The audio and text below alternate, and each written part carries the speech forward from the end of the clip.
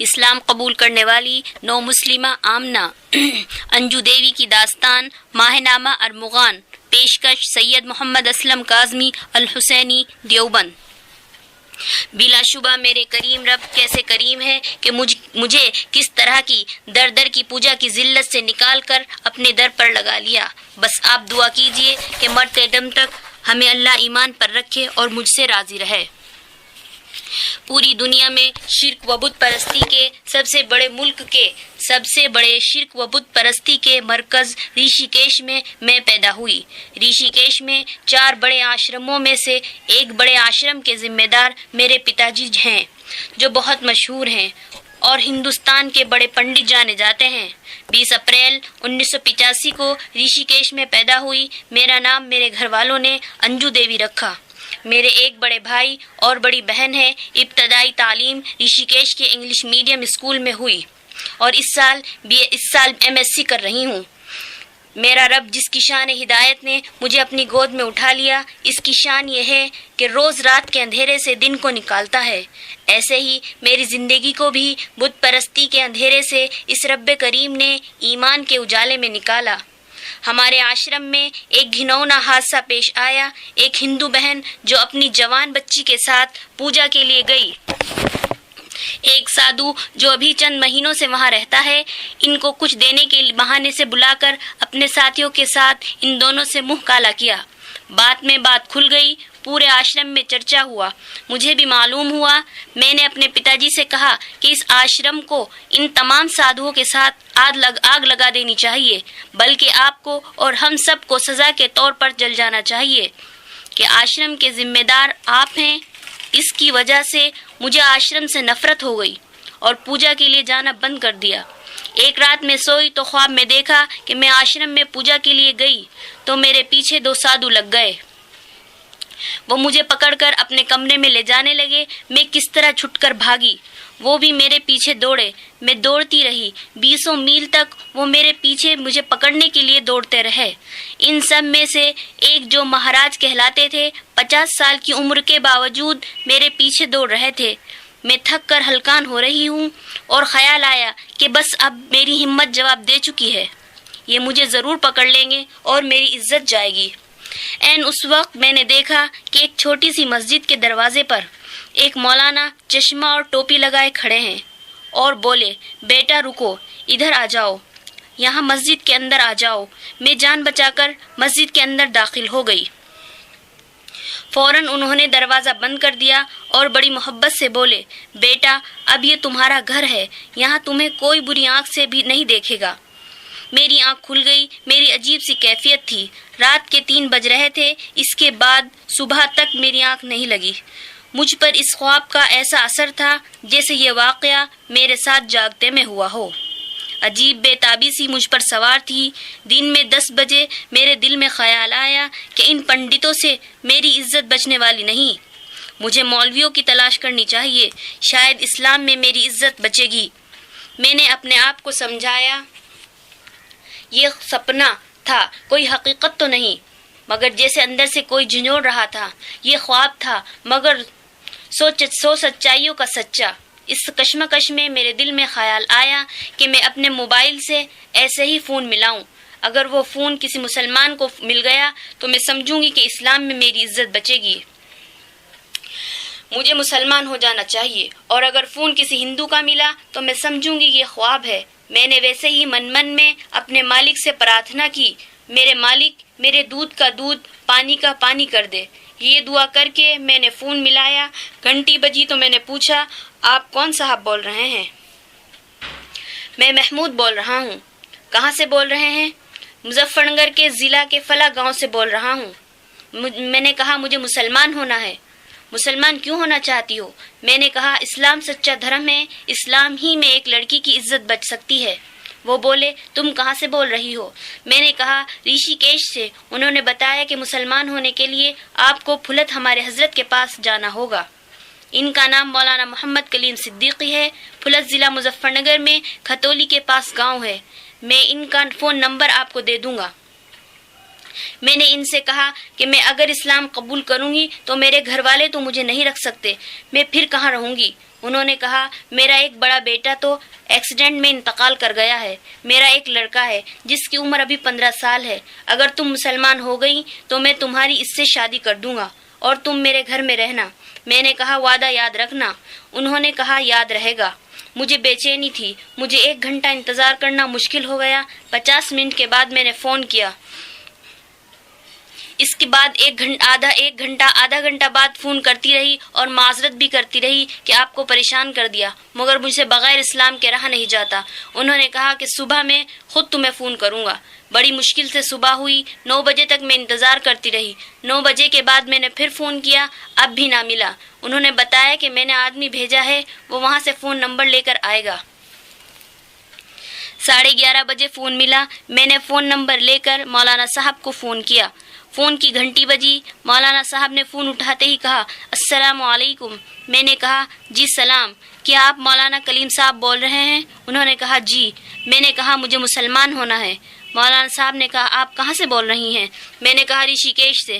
مولانا نے کہا آپ کیسے آئیں گی؟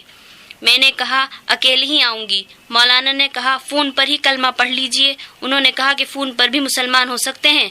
کہا ہاں کیوں نہیں ہو سکتے، بس اپنے مالک کے لیے جو دلوں کے بھید جاننے والا ہے، اس کو حاضر ناظر جان کر سچے دل سے کلمہ پڑھ لیجئے کہ اب میں مسلمان بن کر قرآن اور اس کے سچے نبی کے بتائے ہوئے طریقے کے مطابق زندگی گزاروں گی۔ میں نے کہا پڑھائیے۔ مولانا صاحب نے کلمہ پڑھایا۔ کہا اب ہندی میں اس کا ارتھ بھی کہہ لیجئے۔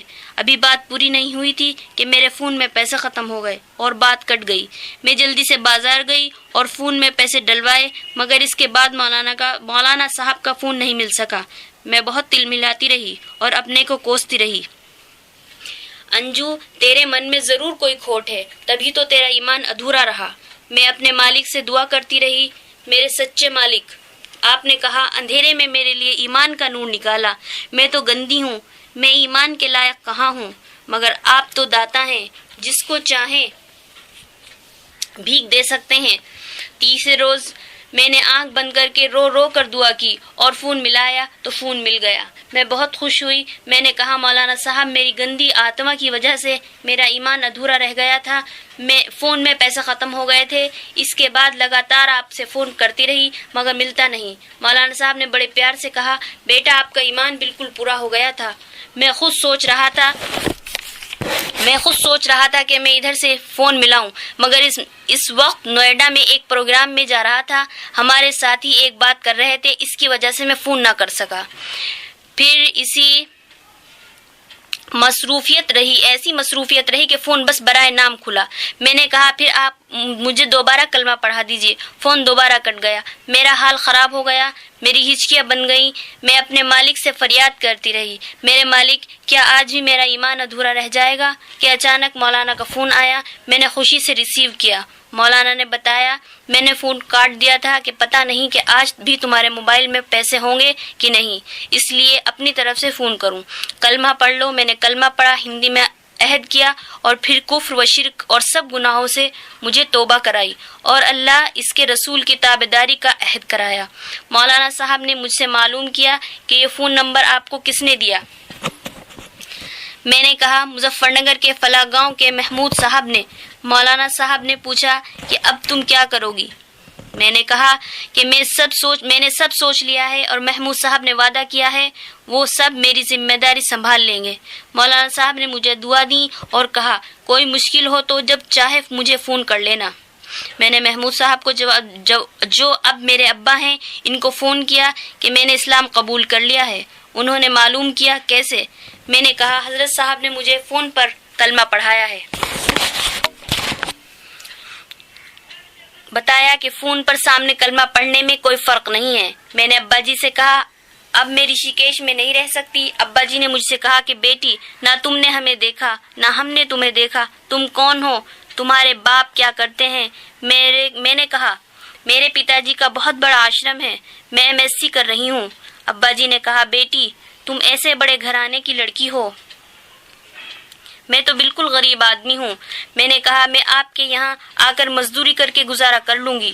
انہوں نے کہا میرا لڑکا 15 سال کا ہے، وہ ابھی کچھ نہیں کرتا. میں نے کہا میں اسے پال کر پرورش کر لوں گی.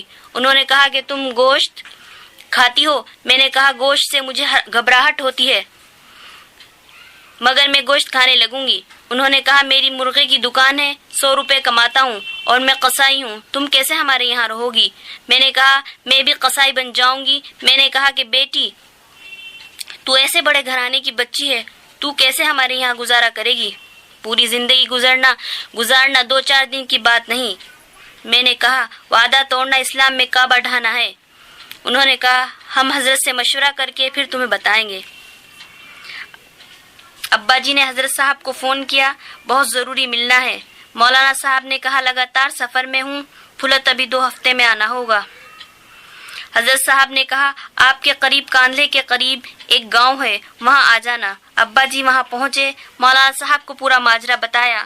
حضرت صاحب نے ان سے کہا کہ آپ بڑے خوش قسمت ہیں, آپ اس لڑکی کو لے کر آئیں اور آپ کو پورے گھرانے کی جان دینی پڑے تو ایسی سچی مومنہ کی ایمان کی حفاظت کرنا چاہیے.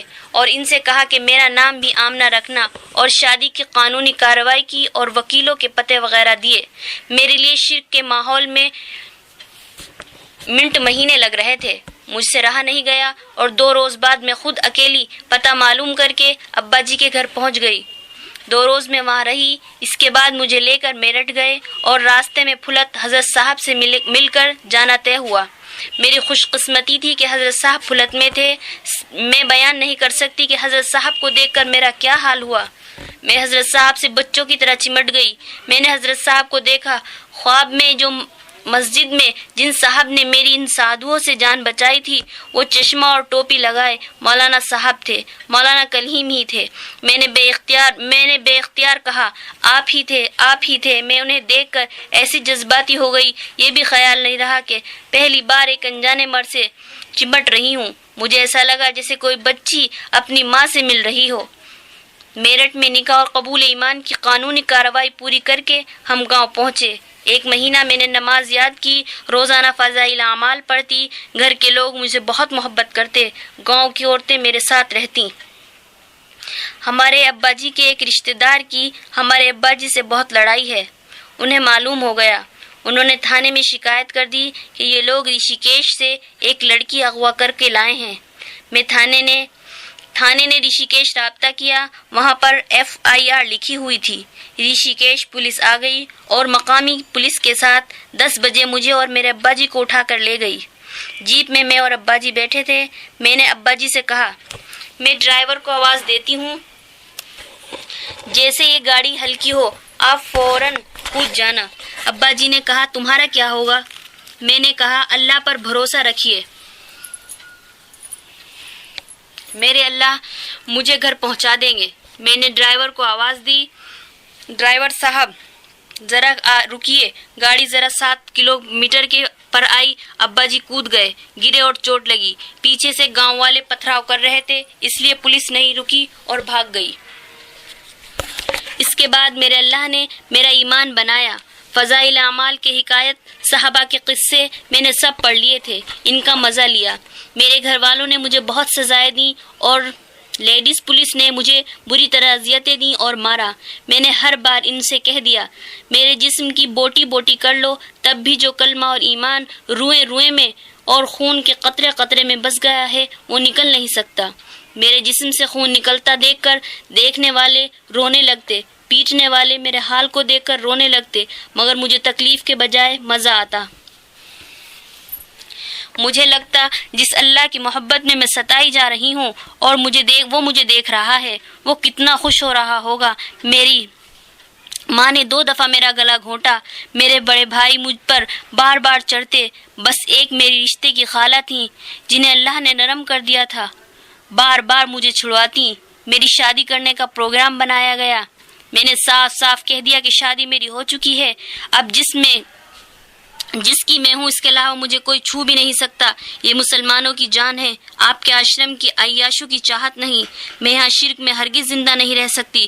یا تو مجھے مار دو یا مجھے جانے دو. اگر مجھے اس گھر میں رکھنا ہے تو بس ایک راستہ ہے کہ گھر والے مسلمان ہو جائیں.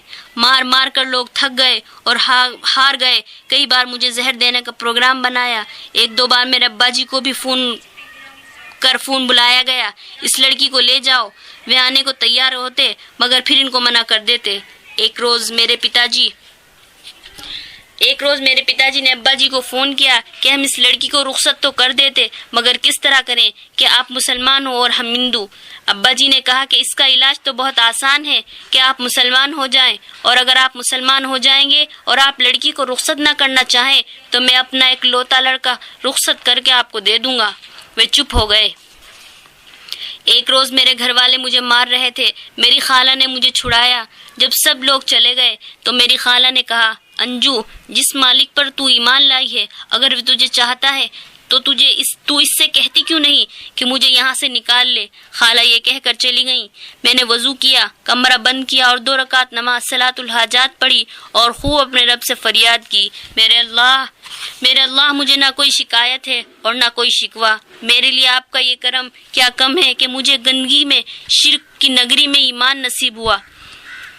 مجھے گندی کو اپنے نبی کے مظلوم صحابہ کی طرح مار کھانا نصیب ہوا. میرے اللہ, آپ نے میرے لیے ساری تکلیفوں کو مسرت کی چیز بنا دیا. میں کہاں اور ایمان کہاں. مگر میرے اللہ, میری خالہ یہ سوچیں گی کہ اس کا خدا اسے نہیں چاہتا یا وہ کچھ نہیں کر سکتا. میرے مولا, آپ مجھے میرے شوہر کے گھر ان کے ذریعے بھجوا دیں. میرے پتا جی نے عاجز آ کر آشرم کے لوگوں سے مشورہ کیا. سب نے مشورہ دیا کہ لڑکی ادھرم ہو گئی ہے, اب دھرم میں نہیں آ سکتی. اب جتنا اس کو مارا جائے گا پوری ریشی کیش میں روئی روئی ہو گئی, اس لیے اچھا ہے کہ اس کو اس کے شوہر کے گھر خاموشی سے بھیج دیا جائے. میرے پتا جی نے میرے ابا جی کو فون کیا, آپ ہم سے ڈر رہے ہیں اور ہم آپ سے ڈر رہے ہیں. ہم دونوں ایک درمیان میں جگہ طے کریں, وہاں ہم انجو کو لے کر آ جائیں اور آپ وہاں آ جائیں. سہارنپور طے ہو گیا. ابا جی نے اپنے جاننے والے کا پتہ دیا. اگلے روز صبح کو ہم پتا جی اور خالہ مجھے لے کر سہارنپور آ گئے.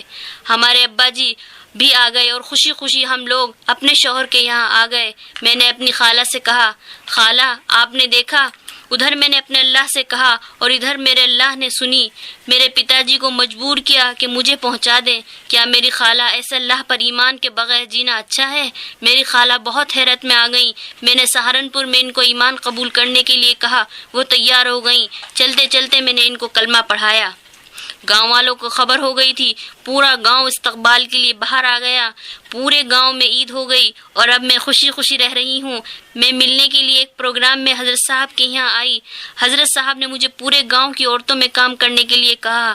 الحمدللہ بہت سی عورتیں جو پہلے نماز روزہ اور دین سے دور تھیں وہ نماز کی پابند ہو گئی ہیں. میرے اللہ کا کرم ہے, 5 نماز کے علاوہ تہجد اور اکثر نفلی نمازیں پڑھنے لگی ہوں. کوشش کرتی ہوں نفلی روزے بھی شروع کروں. قرآن شریف پڑھ رہی ہوں. میرے گھر والے مجھ سے بہت محبت کرتے ہیں. میرے اللہ نے گوشت حلال کیا ہے. میرے اللہ نے کھانوں کا سردار گوشت کو رکھا. اب گوشت میرے لیے مرغوب غذا ہے. اسلام تو کہتے ہی اس کو ہے کہ اپنے اللہ اور اس کے رسول کو پسند کو اپنی پسند بنا لو. میرے اللہ کا کرم ہے مجھے یہ معلوم ہو جائے کہ میرے نبی کو کیا پسند ہے, بس اب وہ مجھے پسند ہو جاتا ہے اور دل سے پسند ہو جاتا ہے. مجھے پہلے مٹھائی اچھا نہیں لگتا تھا. اپنے اسکول کی لڑکیوں کے ساتھ مل کر اصل میں میرا ذائقہ بگڑ گیا تھا. میں مٹھائی نہیں کھاتی تھی مگر مجھے معلوم ہوا کہ میرے نبی میٹھے کو پسند کرتے تھے. بس اب مجھے میٹھا پسند ہو گیا ہے اور اب مجھے یہ محسوس ہوتا ہے کہ میٹھا مجھے پہلے ہی بھی پسند تھا. میرے والد اور بہن کے فون آتے رہتے ہیں. انہوں نے آنے کا وعدہ بھی کیا ہے. ابھی ان کے لیے دعا کرنا شروع کی ہے. سچی بات یہ ہے کہ دعا بھی کی نہیں ہے, بس ارادہ ہے. ایک دعا جس کو دعا کہتے ہیں ہو جائے تو پھر وہ ایمان میں ضرور آ جائیں گے. اصل میں دعا بھی اللہ تعالیٰ ہی کراتے ہیں, بس اللہ تعالیٰ وہ دعا کروا دیں, اس کا انتظار کر رہی ہوں. میرے حضرت جی کی تقریر میں نے سنی کہ اللہ نے ہدایت اتاری ہے. ہر کچے پکے گھر میں اسلام کو داخل کرنے کا فیصلہ ہو چکا ہے. اب اگر مسلمانوں نے اپنی ذمہ داری نہ نبھائی تو اللہ اپنے بندوں کی ہدایت کے لیے مسلمانوں کے محتاج نہیں ہے۔ حضرت فرماتے ہیں کہ رشی کیش کے گڑھ سے مجھے ہدایت ملنا اس طرح سے مسلمانوں کو وارننگ ہے، اس سے پہلے کہ دوسرے راستے سے ہدایت کا کام لیا جائے مسلمانوں کو اپنے داعیانہ منصب پر کھڑا ہو جانا چاہیے۔ بس دعا کیجیے کہ اللہ تعالیٰ موت تک ایمان پر ثابت قدم رکھے۔ سیدہ تسنیم فاطمہ حسنی۔